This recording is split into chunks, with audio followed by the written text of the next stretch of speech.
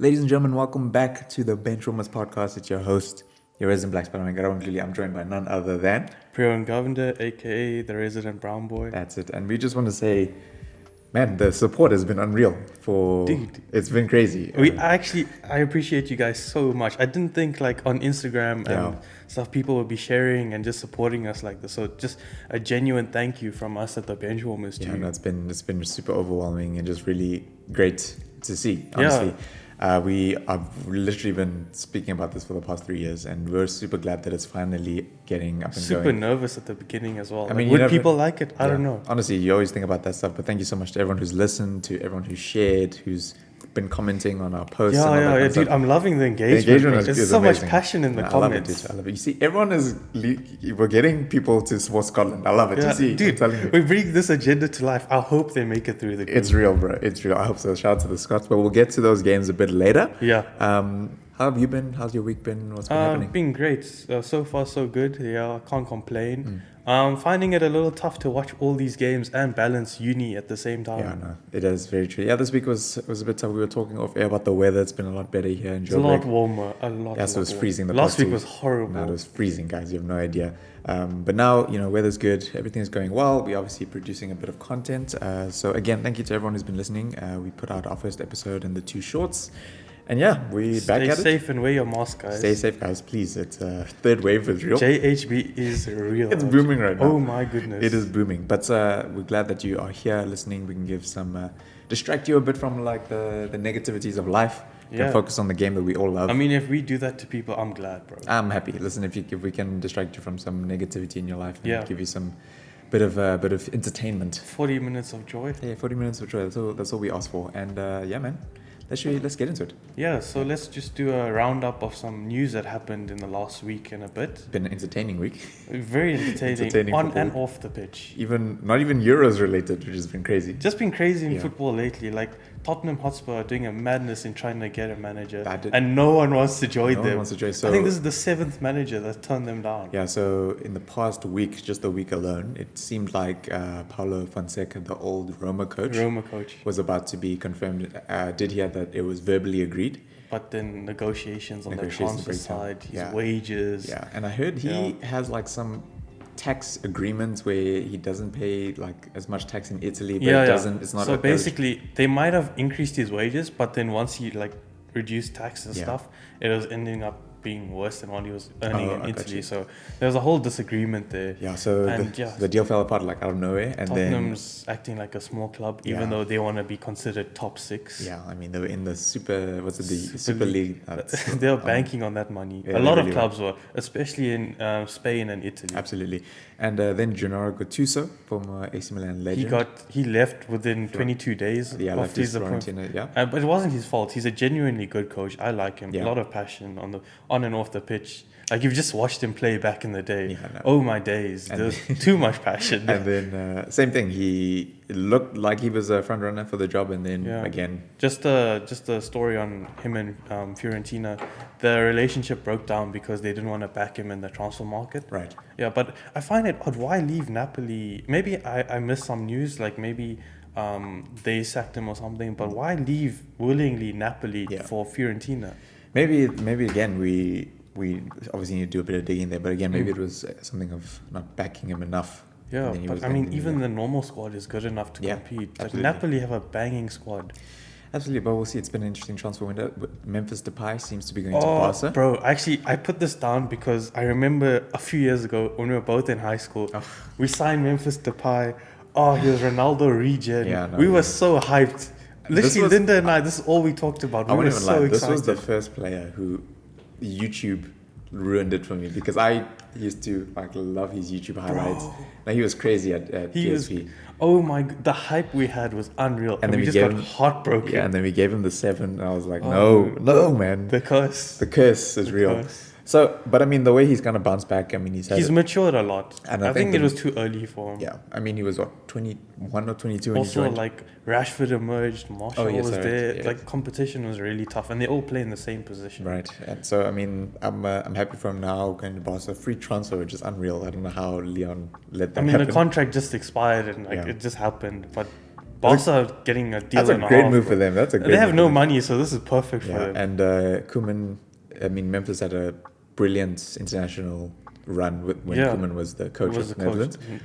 So I mean, this Netherlands. Is a good, so this I is still don't like Frank de Boer, even though he's doing good in the competition. Yeah, it's a relatively easy group, but still, I don't like him. Yeah, no, he's not a good coach, but like, this is a good move for him, and our old boy Ashley Young as well, coming back into the Prem. Back into the Prem, coming back with the hairline and everything. Yeah, he's killing it now. I mean, why would you willingly be bald for the 20s, the 20s of your life, and then come back, and then you go here, go to Italy, and then apparently it just grows, bro. I don't understand. So Ashley Young spent a year Inter Milan, won the 2 years actually. 2 years. Yeah. Sorry. Oh, he left in like January. First season. He was there he was one of Conte's first signings. He was there for the first season. They didn't quite compete for a title that year. They kind of fell apart at the end. But then the second year they just busted, and he was a great performer for Conte. As a wing back, he's great. No, honestly, so he's back at Aston Villa, the club that United bought him from. Actually, I did see links with Watford. He's Watford and Burnley as well. So I think him coming back to England is probably great for him. He played abroad, won a league. He came back. How many league titles does this guy have? Under Fergie, he had a few, right? I know at least maybe. We signed him when Ronaldo left, right? No, oh wow, I actually can't even remember.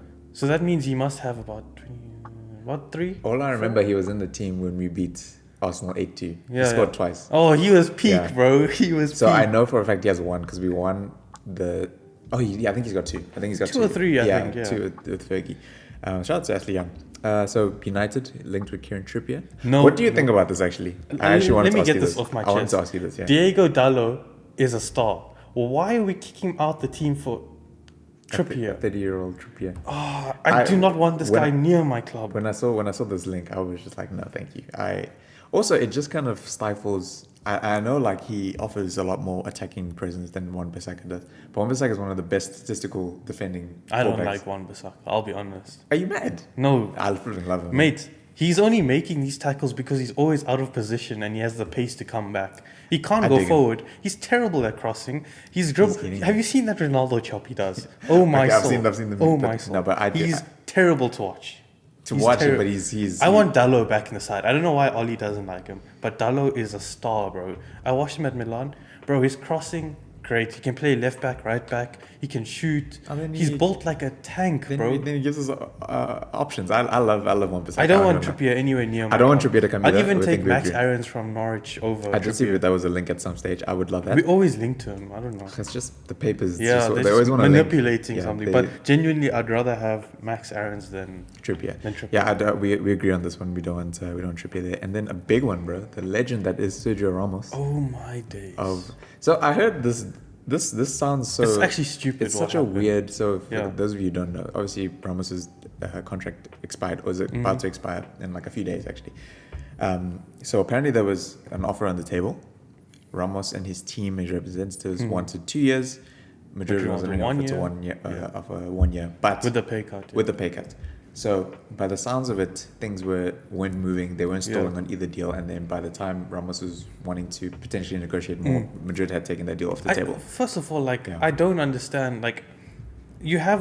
There's no deadline to this. Like, even if he's a free agent, you can still negotiate with him to give him another contract. Yeah, you could still give him a contract now. They're just using that as an excuse to get him out the team. Yeah, I don't know. If Perez doesn't like, I think Perez has wanted him out for a long time now. I don't understand. I saw maybe 2 seasons ago where there was rumors of him wanting to go around the time Ronaldo left. Yeah. 3 years ago. I think the following season they were like, oh no, Ramos wants to leave, all that kind of stuff. A lot of people, Marcelo, Ramos. Yeah. I could see Marcelo moving on the season as well. I think so too. I honestly could see Varane leaving as well, but no, he is leaving. He didn't. It's his last year of the contract. Madrid will want to get money out of him before he's a free agent. Yeah, he's gonna leave. They're just waiting for the bids to come in. It's shambolic what's happening. You're losing your 2 best central defenders. Yeah. I don't understand you could give Ramos a contract now. Don't give us that excuse that time ran out to negotiate. He's a free agent. Anyone can negotiate with him, even you. It would be stupid to let his contract run out and then re-sign him as a free agent. This doesn't make sense. You could have just done it earlier, but they can still do it. It's just an excuse to get him out the club. I would feel so betrayed if I was Ramos. No, me too. And also, Where would you want him to go? At my club, at Manchester United, I love him at against United. Next to Harry Maguire. I've given Harry Maguire some slack and I've roasted him a bit, but I've seen how this team plays without Harry Maguire, and he's actually fantastic. So if I can have both of them in my team, I would be very happy. Would you prefer take Varane? Jones' number away from him, give it to Ramos? Would you prefer Varane? If we had the opportunity. Okay, I'd go for Varane. If he's priced out for us, I'd go for Ramos. But the thing is, Ramos makes so much sense. You get him on a free, then you can use that money on a CDM. Just a quick little tribute to Ramos. He is one of the best in the game, if not. I think he should have won a Ballon d'Or to his name. That season, Modric won it. I think Ramos was robbed because Ramos always scored in crucial moments. La Decima. I remember this final so well. Bro, it had me on edge. Atletico were winning 1-0. In the 90th minute plus extra time, Ramos comes, header, bro. Then another header. Oh my days! Ramos single-handedly carried them to that title because they were losing. If he didn't equalize, there's no momentum. Then he scored again. The momentum just shifted, bro. I think he's great. He always comes in clutch. Over 100 goals for Where Madrid. have you seen a centre-back take free kicks? That's mad. No, he's. I mean, people have been saying he could potentially be up there with one of the greatest defenders of all time. He is. I ship that. I mean, I have him up there with Puyol or Ferdinand. I think he's better than Ferdinand. I have him up there with Puyol. Nice. He's just a goat, man. No, he's amazing. He is. Also, the drip. You can't ignore the drip. I've always been a fan. He went from that long hair and then he just switched it up, bro. Drip. And shout out to the tattoos as well. Switched it up. This deal, I think, is sensational for Milan. Tomori. That is a great sign. Bro, Chelsea are going to regret that, I'm telling you. They are. Yeah. Especially looking at their backline now. I mean, listen, Thiago Silva's been great this past season. And but he's not going to last forever. Amazing to sign him for one more year. But Tomori was unreal for Milan. I mean, you know better than me. On his loan deal, and now they've signed him He displaced Romagnoli like... Crazy. Yeah. He's insane. I love watching him. He's great. Was he a snub for the Euros team? Yeah, he's better than Ben White and Tyrone Mings. Come on, man. Yeah, no, I think so too. There's someone I think that needs a loan like Tomori. His name is Axel Tuanzebe. I think Axel Tuanzebe is top 2 centre backs at my club. He just never gets a chance. Do you remember against PSG? How he bossed Mbappe? No, I think a loan move for him would be great. He was... Aston Villa have him as like a cult hero. He helped them to promotion. He had his own song and stuff. He was phenomenal for them. I'd love for him to go on loan to Aston Villa, actually. Yeah, it would be good for him. And finally, on kind of our news, I mean, Everton's looking for a new manager since Carlo left. Who do you think should take over? I think there's 2 clubs. They've been heavily linked with Rafa. Is that like happening? Yeah, Rafa. I don't know. We'll see if it does. It makes sense though. Like similar type of football to Ancelotti. Not as good as Ancelotti, but similar like vibes. He did incredibly well at Newcastle. And they didn't appreciate him. They didn't appreciate. Well, the fans love him. Like I know Newcastle fans. It was Mike Ashley. Mike Ashley didn't back him. And then they go and spend 40 million on Joe Linton for Steve Bruce, which makes no sense. But anyways, there's one manager that I think 2 clubs should be targeting. His name is Graham Potter. Right. I have Pottergander for this guy because he is brilliant. Inject the Pottergander. I think he's brilliant. Brighton manager currently. The XG of that club, if the league table finished with XG, they would be 6th on the log. That's how good the team plays. They just don't have a striker. No, they don't. So Spurs and Everton should go for him. But if I was him, I would go for Everton because Spurs, they're doing business like a small club. And Everton have that ambition to be up there. I know. And Graham Potter's on like a 9-year deal though. So to get him out of that would be... a bit hard, but like he's worth it. No, I mean, he's certainly worth it. But I know, Brighton clearly see value in him and say, they signed him to such ridiculous... Sign him and Lamptey. Lamptey would be a great signing, But yeah, man, let's go on to the Euros, man. I mean, we started off covering the Euros. First episode came out just before, and it's been a week of football. Up the Scots. Well, let's just start there. Start there. Last night, Scotland, England. Let's focus on Scotland first before we roast England. The roast for England is coming. They'll have their turn. I must say, our boy Billy Gilmore got the start. Billy Gilmore. What did we say? The White Panther. We told you guys. Put some respect on his name. We told you guys. I mean, he played unreal. I mean, he was... I think he had a slow start in the game. Like, I didn't really notice him in the first 10, 15 minutes. But oh my days, he grew into that game. Yeah, for sure. And that midfield was actually really good with him and John McGinn. Yeah. I told you guys again, John McGinn's a baller, guys. I must say, Lyndon Dykes was getting some tough tackles. I was watching that game like the whole way, and I mean, he was getting in good opportunities, but he was receiving quite a bit of tackles. Robertson was really good. Robertson was great. Robertson was even sensational. Tierney was, man. From centre back, just those runs. Tierney being back in the team was such a good. If they played that team in the first round, they wouldn't be in the situation they are in right now. McTominay was decent. He was carrying the ball really well. I think.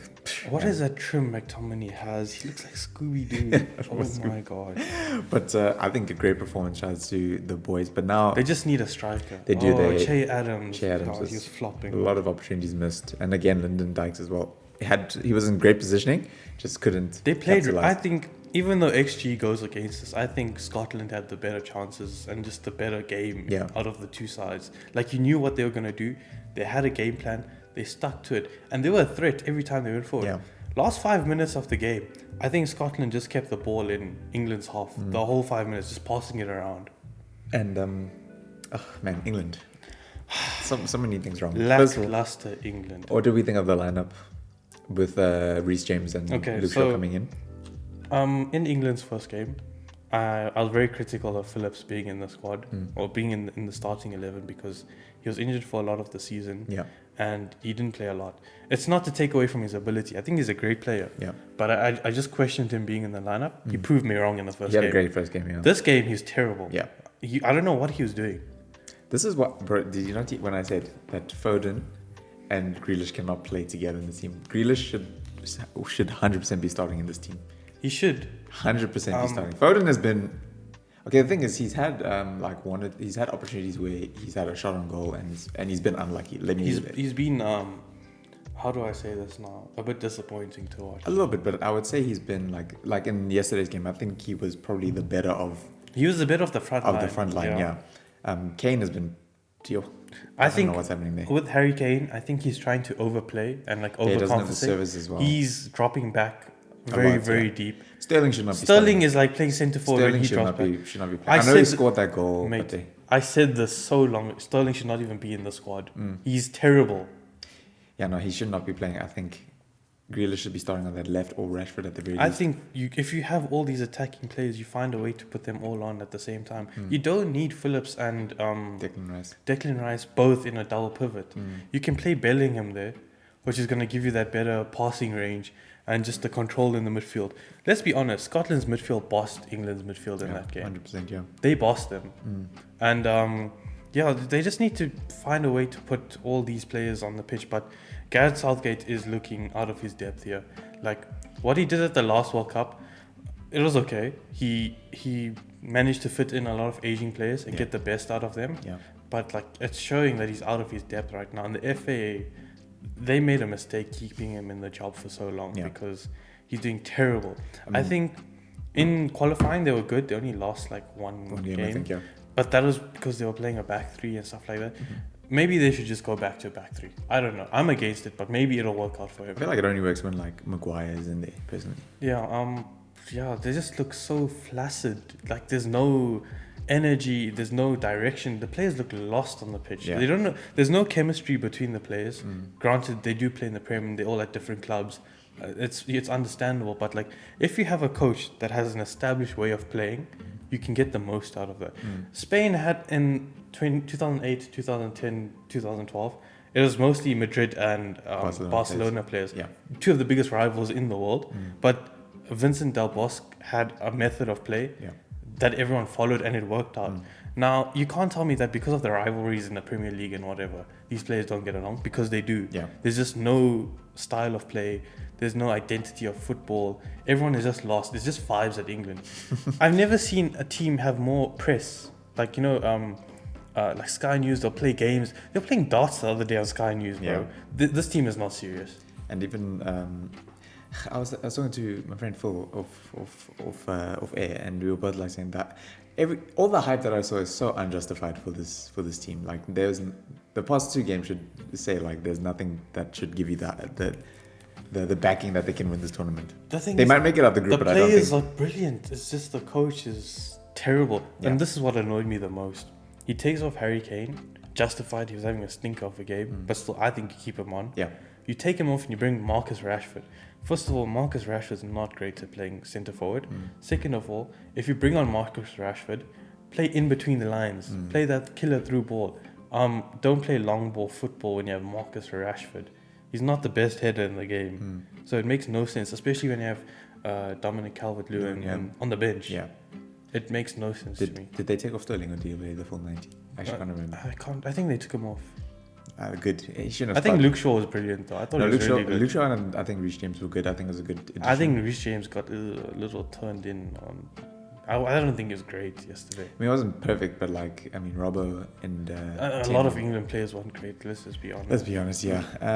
But up the Scots. Like, the group, Scotland have 1 point, 1 game left to play in the group. I really hope they make it out the group stages with that third place. Yeah, I think so too. I hope they do. But I don't know, like with the goals, they don't look like they can score a lot of goals. Yeah. So, I mean, who's the last game? Croatia, yeah, okay. It's not an easy game, but Croatia are also underperforming. I mean, they drew 1-1. I mean, they were... Yeah, aging team. They look like they were on paper, that midfield looks brilliant. Brozovic, Kovacic, Modric, a lot of itches. Itches, yeah. But, I mean, I won't even lie. I'll hold my hand up right now and tell you that Czech Republic is properly surprising me this tournament. Dude, properly surprising what's that guy's name with the wonder goal? Patrick Schick. Yeah. He scored the other day as well. He's on fire. Yeah, he scored. He had like a bloody nose, scored a penalty. It was brutal, bro. Dude, he's on fire. I mean, he scored the goal of the tournament right now. Yeah, basically. I don't want to talk about Arnautovic's goal as a goal of the tournament. He can... Yeah, no, that's a topic for another day. Yeah, but that guy sucks, man. And I even forgot, like, Souček is in that team, Soufal is in that team. It's a good team. It's a good team. That's why I'm worried for Scotland, bro. They don't have enough points. Yeah. I mean, if they just go for like a solid score draw or something like that, then maybe they can get through. But obviously, no, I think they need a win. I think a draw, they're still out. Oh, so they need to. I think they're still out. I mean, so Croatia, Czech Republic, sorry, looks like they're gonna win. I think Czech Republic and England will make it out the group, but hopefully Scotland can get that third place, and we'll see, that rule will help them. We'll see, and then let's do a roundup of the first week. So because we're a bit late, I think we'll just go over the groups and discuss because we're in the middle of round 2 and then round 1's finished. Yeah. So as of this time of recording, we'll just go over the groups and the games that have happened in those groups. Absolutely. So Group A, Italy, bro. Fantastic. Man, sensational. Fantastic. What did we say? We did say that they're a dark horse to win, and I won't even lie, bro. They are playing beautiful football. Brilliant football. Beautiful. Mancini, oh my god, the comeback is great. Nah, I was never a big fan of like Italy's international team because I always thought it was very slow and all that kind of stuff. And at the time, it was very methodical build up. Yeah. But now, I mean, they're playing. I mean, guys like Insigne, Balling, Locatelli, all these guys. Locatelli is my breakout star of this tournament. He is having a tournament and a half, bro. I'm actually like, why did Milan sell this guy to Sassuolo? I don't know. Like, he's been noticed for his work at Sassuolo, but after the Euros, oh my, he's going to be huge. Every team is going to be after him. Yeah. And he's great. Like, I wish he was still at Milan. Him and Tonali in that midfield. Oh. They should. Do you think there's no buyback clause or anything like that? There's no buyback clause or anything. Shocking. There is a buyback clause and another star that I'll talk about later. It's a striker. If you know, you know. Yeah. And Wales? Wales, they got you wrong, mate. You need to put your head in shame. You said they weren't winning a game. So I mean, I was very wrong about that. Hang your head in shame. I don't see them going far in this. I will hold. No, they'll make it out the group. They'll make it out the group, but they're not going anywhere in this tournament. Like this is not like the Wales team that made it to the quarters or semi-finals in 2016. This is a different team. Granted, let me say this: Bale had an incredible game. I think Ramsey had a better game. No, he had a better game, but Bale, I mean 2 assists, bro. I told this golf Wales did Madrid. Yeah, when Bale plays with Wales, it's a different. Imagine how good he is at golf. Oh, he must be incredible at golf.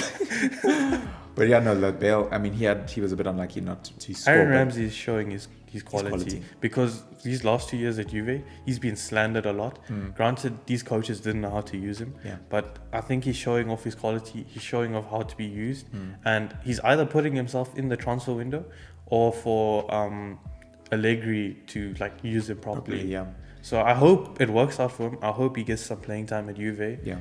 I hope we see the prime and the best of Aaron Ramsey because he's a phenomenal player. No, he's playing super, super well. I'll hold my hand up that I did say that they weren't going to win a game, or I predicted as much, and they probably proved me wrong. I'll also put my head at I said they weren't going to do well because they didn't have a manager. But this caretaker looks better than Giggs. Rob Page, yeah. No, he's doing well, and listen, I love when Bale does well, and the team. I've always been a Ramsey fan, so I'm happy. I'm really happy. But so far, disappointing tournament for Turkey. Oh man, they're terrible. I mean, so they've lost both games now. Is that correct? Yeah, and they've played the worst football I've ever seen in the Euros, bro. These guys are terrible. So it was 3-0 to a lot of hype for nothing. Yeah, no, I mean, because on paper, great team, really. The manager's just a stinker. Yeah, no, they're having a shocking tournament right now. Are they candidates for disappointment? They might disappointment of the tournament, without a doubt. At the moment, and I think just because of, like we said, on paper they have a really good team, and they're just not performing at all. I mean, you can't rely on a 34-year-old striker. There's no service. Defenders. The team is good on paper. It's really good. This guy is just a terrible coach. Yeah. Group B, man. I mean, we always talk about Belgium as like contenders, but I think that the conversation sort of died down because for the past like 4 tournaments, we always talk about Belgium. Yeah. But they keep showing why they are a great team. Oh man, the quality to bring on KDB and Hazard from the bench. On the bench, bro. And I mean, KDB had put on a masterclass. No, he did. Brilliant goal as well. Lukaku. The build up to that goal, oh my days, bro. The passing. Yeah, Lukaku as well is. Player of the tournament for me right now. Round of applause. Lukaku is showing he's doing bits, bro. Yeah, player of the tournament for me right now. And I mean, I think it's too early to say who can win. We'll see I still don't think Belgium are, when it gets to the semis and there's like really, really, really good teams. Yeah. I think that aging and pretty bad back line, that back three, is going to be their downfall. You have Vertonghen, Denayer, and Alderweireld. Yeah. None in the peak of their powers. It feels like not great. I honestly thought Denmark had a better back line than Belgium in that game because they had Vestergaard, Simon Kjær, Christensen. Yeah. They were really good. Actually, in general, Denmark were great in that game. Yeah. They just didn't have any quality up front to hurt Belgium. Yeah. But they were great. So props to Denmark. Yeah, no, shout out to Denmark. Obviously, we'll touch on it briefly. We saw what happened to Christian Eriksen. I'm so happy. He's glad he's alright. Yeah. That was a scary moment. That was terrifying. That was a scary moment. Yeah. So. And do you know what? I hate the TV directors for doing what they did. They just kept it on. They kept it on. Yeah. Then they went to his wife. Dude, it was terrible. Nah, they should have just cut back to a studio or something. Honestly, like that was. Do you know what? If there's one thing about F1, the TV directors, they know like if something's bad happening, they don't show. They'll shut it. Like the only thing I've seen bad is that the Roman Grosjean crash. They were at fault for like showing that because there's little kids watching this car blow up and stuff. So that's the only time I've seen it like being really bad. Yeah. But generally they're coached and they've been educated to, if the crash is really bad, you don't show it. Yeah. If the driver walks out, then you can show it as much as you want. So I think whoever's the TV director for the Euros, they need to catch a wake up call because that is unacceptable. Yeah, no, shocking morals on their part. But I mean, it's been a good, decent group, a really good group. Belgium really, really good going forward. Group C. I mean, we did say surprisingly Netherlands are doing well, even though they have Frank de Boer as their coach. Frank de Boer, man, he's getting away with this, man. But I don't know how. I mean, look at some of the. I mean, Denzel Dumfries is having a great tournament. Memphis Depay is having a great insane tournament. And he's coming off of an ACL injury. Some players are playing like pretty under the radar, but like playing well, like Frankie de Jong's. Yeah, I think he was really good, just going a little under the radar, but he was great. I think that's for me, that's when he excels. You know, he's not like a flashy type of player. You know what I'm saying? But like if you know, like if you're watching, he's great. Yeah.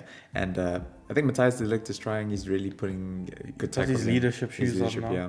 I did see some, I don't say criticism, but like there was, I can't remember the Dutch legend, but he was saying like Matthijs needs to be a bit more vocal in defense. But I'm just like, he's the most vocal in the team. That's exactly what I thought. So I was just like, okay, I don't know. Maybe. Quick shout out to Daley Blind. After having all of those collapses on training ground, health issues, coming back and playing so well in the Euros. Yeah. I love Daley Blind, man. We shouldn't have sold him. Yeah, no. I'm so sad he left our club. He was great. And like we mentioned, Denzel Dumfries, right fullback. It's 2 goals from defense, which is unreal. He's playing super well. Daniel Marlin, when he came on for that assist for Dumfries, he's pacey, man. Bro, there's a lot of pacey players in this team. He's got some pace, dude. He literally blitzed the defense there. I'm excited. There's a lot of, like, even Steven Bergwijn. I've heard there's a lot of pace. I've seen links linking Marlon to Dortmund if Haaland leaves. That's a great sign. But there's someone else I want to go to Dortmund. I don't think he will, but who do you think? I'm saving that for my stars to watch for the tournament. Oh, okay, got you. Yeah, I see. It's a young Swedish striker. Okay. Oh, I know exactly. Yeah. Oh, he was at Dortmund at the stage. Yeah, he was at Dortmund. Yeah. They sold him. But we'll get there. And finally, I mean, we didn't want to like linger on too much. He doesn't deserve the airtime. He doesn't deserve the airtime. But let's just talk about the team. Austria has been. I mean, they won their first game, and then I don't think they're great. But they're not playing well. Yeah, they're doing. There's too much like emphasis on what's his name? Alaba to do something because he's their best player. Yeah. And he plays almost like a defensive mid, almost 10 role. Yeah. He can play. Yeah. So he's originally a left back. Yeah. He plays centre back for Bayern Munich when he was there. Yeah. He can play in midfield because he can do everything. Yeah. And he's the best player in the team. So they want him to be on the ball as much as they can. Yeah. But like, you can't be doing, like, you have a team of 11. You need people to be working together. Yeah. And underperforming. And there was a bit of a dark cloud in this game. Marco Arnautovic scored, and then he shall not be named. UEFA should be ashamed of themselves. Yeah. A 1-match ban. So he scored, and then allegedly in his celebrations, if people saw a photo of David Alaba trying to close his mouth, basically, and Alaba was fuming, bro. Literally. So according to reports, when he scored, he was like on some white supremacist, anti-Albanian rant while he was, because they were playing against Macedonia, North Macedonia, which is obviously it's in that Balkan region, and Arnautovic started just unnecessary, stupid, and just straight up racist. Yeah, straight up racist, and he was only given a one game ban. UEFA should hold their heads in shame. Football's for the people, right? Yeah. That's what you were saying when the Super League was being promoted. So actually, like, do something about it. Ban him for the rest of the tournament. Ban him for 10 ban months. Him from, like, he's old now. Just ban him from any UEFA tournament. We don't even care, bro. He sucks. So anyway, that's all the time we're gonna give him. Group D. We briefly went over this already. We did, but just generally Southgate underperforming. Yeah. And obviously Croatia. But Group D we kind of went over that already. Group E, Sweden, bro. Sweden look great. They're looking good, eh? They're pretty much secured now. Victor Lindelof is getting praise for just being Victor Lindelof. He's just on the team. He doesn't look outstanding. He's playing Victor Lindelof's game. As a United fan, I watch Victor Lindelof. Yeah. There's been moments where he's been brilliant. He has had 2 assists from defense in the club season. Yeah. With just pinging the ball over. He's passing sublime. Yeah. I'll give him that. Yeah. And he has moments of brilliance. But he's just a bit of a wishy-washy player. Yeah. And he's getting praise for not doing that much. I thought there is one guy that deserves all the praise. And it is? I'll let you take this one. Alexander Isak. Oh, what a player, man. So he, obviously, we briefly mentioned, played for Dortmund. Yeah. And so he has been sensational. I think he's been... I can't believe we didn't mention him in the first episode. I actually forgot, I won't lie. I genuinely forgot about him. He goes under the radar a lot. I genuinely forgot about him. No, he's been playing super well. I was watching the extended highlights of the game, and like almost everything just goes through him. Like he really makes all the chances. Bro, against Spain, he was taking on like 4 defenders at the same time, and these are top tier defenders. Laporte, bro, and his battle with Laporte was great to watch. I love watching that. So Alexander Isak, he plays for Sociedad. He did used to play for Dortmund, and he is. And one player who I'm quite surprised at, who's playing support, is Seb Larsen. Right. I mean, pretty consistent. He's always been his whole career. He's not doing anything that's outrageous. Not like outstanding, but he's just good. He's just there. He's doing really well. And Sweden is. I mean, they. I'm not saying. I mean, they're probably going to come out of this group. I think their next tie is relatively easy, if I remember. So they could be making it to quarterfinals, which I think would be a great achievement for them. Yeah. And how do we feel about Spain? Okay, I'm going to go on a rant here. Okay. Rant. Yeah. A young rant. I watched the Spain game. I am a Spain supporter, so I'm a little biased. Yes, you did say.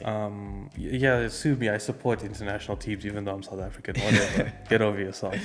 I went onto Twitter after the game, and there was so much negativity to Spain. Oh my days! I actually got hurt a little bit because they did not play bad. Their build-up was really good. Yeah. I thought Pedri. Oh my goodness! Round of applause for Pedri. You called him starting. You called him starting as well. 18, and he's bossing the midfield. Absolutely bossing the midfield. Llorente playing right back. Yeah. I didn't expect to see that. He was brilliant at it. He was really attacking. The build-up was great. Koke's passing. I don't know if you watched that game or if you missed it. No, I did see it, But he's crossing. Every single cross was reaching its man. Every single pass was reaching his... Koke had more touches than the whole Swedish team. I mean, not touches, the passes than the whole Swedish team combined. So he was crazy. I do think... one thing that caused Spain to get absolutely rinsed on Twitter. I was going to say this. Alvaro Morata. They don't have a striker, bro. Oh my! They don't have a striker. Not even the whole front line was just terrible. I'll be honest. The front line was terrible. Yeah. But Alvaro Morata, you had an open goal, mate, and you missed. I was so mad watching. They haven't had like a legit striker since like David Villa or even like Torres. This team would be so good with Villa in it. In his prime, yeah. I mean, Villa was unreal. Villa was unreal. But anyways, he sucks. Morata is horrible. I'm so glad we dodged a bullet and we went for Lukaku. I remember we were so close to signing him. We went for Lukaku last minute. Yeah. But anyways, this guy sucks and he shouldn't start the next game. Moreno should start because when Moreno came on, the tactics changed a little bit. Spain got a bit desperate. They went long ball. Yeah. And he got on the end of stuff. He was a big threat in the box. Yeah. So I think he should definitely start next game. Yeah. And I was right about Pedri taking out Thiago from the team because Thiago came on as a sub later on. But Pedri, man, what a talent. Barcelona fans, you're blessed with a midfield maestro. Yeah. He's great. And the fact that he's still so young is unreal. I'm actually pretty jealous about that. And then the last group, the group of death, how do you think it's going? Are you enjoying it? I think France are a bit boring. I'm going to get shot for this. There's so many France stands. It's crazy, but I think they're boring to watch. So they obviously just won their game. Yeah. Just won. But, I mean, we were chatting. I mean, Pogba had a brilliant game. Yeah, I was about to ask you, who was the man of the match again? I mean, I never said Kante was going to be man of the match. I said he was going to be player of the tournament. You can't be player of the tournament if you're not man of the match. Do you see how well Kante was playing, though? Yeah, but Pogba was better. Pogba was incredible, yes. Pogba was better. But Kante's my guy. But I love when Pogba does well. That's my United player. I also have another rant for this later on, but let's just discuss this. Yeah. So I do think I'm not gonna lie. I do think they're trying to force Benzema in. I think he does kind of. I'm so glad you said that. No, I was watching the game and it's just like I was watching the games. Or they're playing today actually, and it just doesn't feel when they played in 2018, the concede was fluid, everything worked, and now with Benzema, obviously he hasn't been in the team for like 5 years. Now to come back in is it feels very forced. So my take on Benzema is that he's definitely being forced into the team. Yeah. France play much better with Giroud up top than Benzema. I'm also going to get shot for that. Oh, my days. I mean, they won the World Cup with Giroud. Giroud gets so much disrespect for nothing. Yeah, he's brilliant. He won the World Cup brilliant. With the France. In the last friendly, Benzema started. He didn't score anything. He got an injury. Giroud comes on and bags 2 goals. Yeah. So, I mean, come on, it's there. The proof is in the pudding. And I think Giroud's being treated unfairly. And if France lose this tournament, because they are the favourites, let's be honest. No, they are. It's fully on Deschamps for not playing Giroud. Benzema was so invisible in that game for me. Then he scored an offside goal and everyone went wild. And I'm like, guys, it's an offside goal. It still doesn't make his performance great. Yeah. And I think the whole beef with Mbappe and Giroud is just going to upset the squad. And I think that's going to lead to their downfall eventually. And I think Mbappe, he should be more humble, bro. This guy, he's whiling for nothing. Honestly, just play your ball. For people who may not you play in a pub league, don't think you're too big. Yeah. For people who don't know what happened with Giroud and I'm actually really upset because Mbappe thinks he's so big, he wants to call a press conference and stuff. I'm like, guy, Giroud was pressured into that question by the press. After the friendly, Giroud made comments about the team and Mbappe took personal offense because he knew he was guilty of doing it. Yeah. So and he on a press conference for the team did say that he felt that it ruined his preparation for the tournament. So I agree. I mean, they're still winning, or they still won their game. So we'll see what happens. Yeah. Just like Giroud, come through, bro. Show these haters they're wrong because you're great. He needs to start. You're a great player. He needs to start. So Germany Germany, they also similar. You made a point here that they're missing closer. So Germany played really well against France. Yeah. I think they played better football than France in that game. It's just France have better individuals that can produce moments of magic, like that Pogba pass. Yeah. Sublime. Sensational. Sublime. A young like Ricardo Quaresma outside foot. I remember that, yeah. So that was a sublime pass. Germany played really well. They surprised me. They were really well. Kimmich was great. Yeah. Gundogan, he was good. He was trying to get in the box and stuff, trying to do what he does for City. There's just no quality up front. Yeah. And Serge Gnabry, I thought was great. Yeah. He played really well. Müller was playing as basically the striker. He was the false nine, basically. Just there's a lack of quality in the front line. And then Sane came on, didn't really do anything. Timo Werner came on, didn't really do anything. I think the next game they have to start with just Sane and Werner and just go out for that all-out pace. Yeah. I don't know if they drop Havertz for this or not, but you just have to go for it. You got these players, you use them. Yeah. In my opinion, it's gonna be an interesting game playing Portugal next. They played well against Germany. Yeah. And I don't know how they do against Portugal. I'm actually stumped because Portugal weren't great in the first half of their game, or the first 70 minutes of the game. They just turned into the best team in the last 10 minutes of the game. I don't understand. They were so mediocre. 3 for goals most of the game. out of nowhere. Crazy. I honestly thought it was going to end as a 1-0 when they scored. I think it was a pen. No, Guerrero scored. Yeah. And then there was a pen right after that. A deflection and stuff. But all 3 of those goals have something in common. Renato Sanchez came off the bench. And as I said, he is a player to watch out for. No, he did. He came off, he changed that midfield. And did I not say that Ronaldo was going to get a lot of penalties and score them? Yeah, he might be top scorer. His last goal was great, though. No, it was brilliant. I'm calling Ronaldo top scorer, but again, mostly from penalties and like tap-ins and stuff like that. I don't see. And one thing that I was also quite wrong about, which I'm glad about, but I was quite wrong. I did say I didn't think I was going to see a team run away with results like 3-0. Yeah. There's been a ton of those, which is nice to see as a football neutral. So I'm glad that I was wrong about that. I still think the Euros in general have been a bit boring. A little bit. That's the thing. Compared to the Copa, I'm seeing like Neymar tear it up in the Copa, just scoring 4s and 3s in every game. Argentina's doing super Shout out to Fred. Fred's been putting in performances for Brazil. I need to watch them those games actually. And what else about Portugal? So obviously I've mentioned sensational Renato Sanchez coming off the bench. Jota's going to make me look like a clown because I hyped him up big time for this tournament and he was rubbish. He was rubbish. Don't know why Felix isn't playing. He should be playing. He's not playing. Bernardo Silva does nothing. He was invisible again. I didn't even notice anything he was doing. He was just terrible. But yeah, that team has a lot of talent. Yeah. But there's no need to be playing a double pivot. Yeah. With what's his name? Carvalho and Pereira. Yeah. There's no need for that. Just play Sanchez there and control the midfield because you have so much talent. Yeah. And if you don't give service to this talent, they can't do anything. Disappointed Nuno Mendes didn't play. Yeah, but shout out to Guerrero, he scored. Yeah, he scored. So yeah.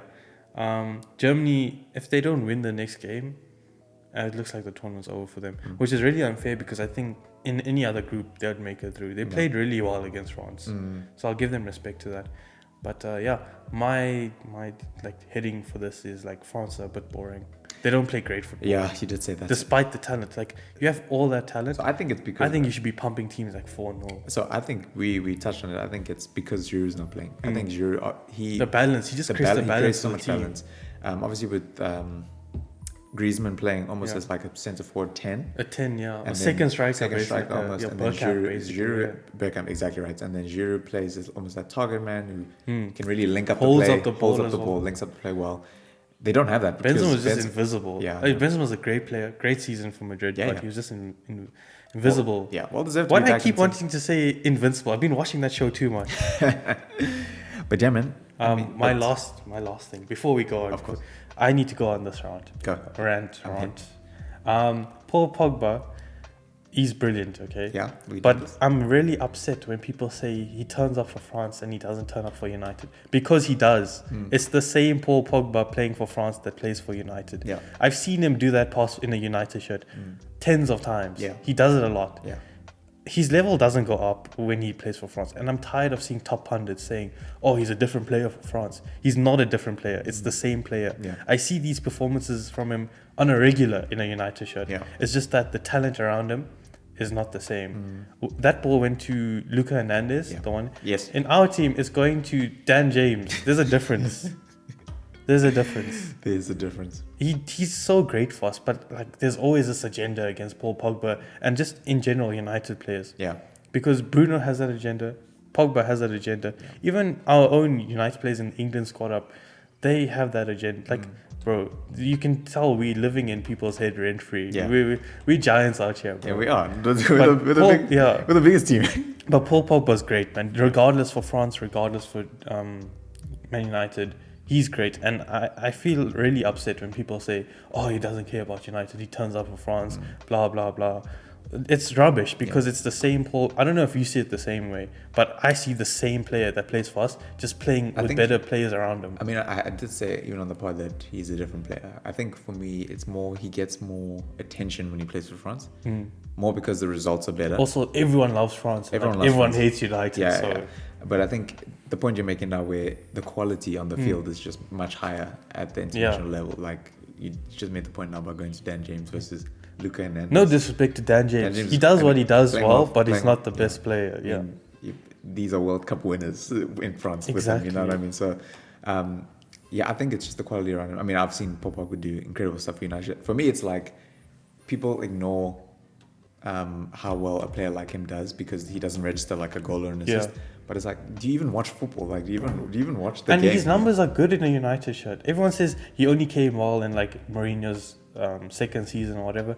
Dude, his numbers are great for every season. Yeah. He was great in that first season with Zlatan. It's just we couldn't score goals for some, like it was always ending up in a draw. I don't know if anyone remembers that season. Yeah. Like there was a stat that if we converted, I think 4 of our like 7 draws or something into wins, we'd be up there with Chelsea that season. Because Chelsea won the league that year. Yeah. So anyways, I'm getting sidetracked. Paul Pogba is a great player. I've seen him do incredible things in a United shirt. And put some respect on his name, not just in a France shirt, in a United shirt as well. I like that for a title. There's an agenda against United players.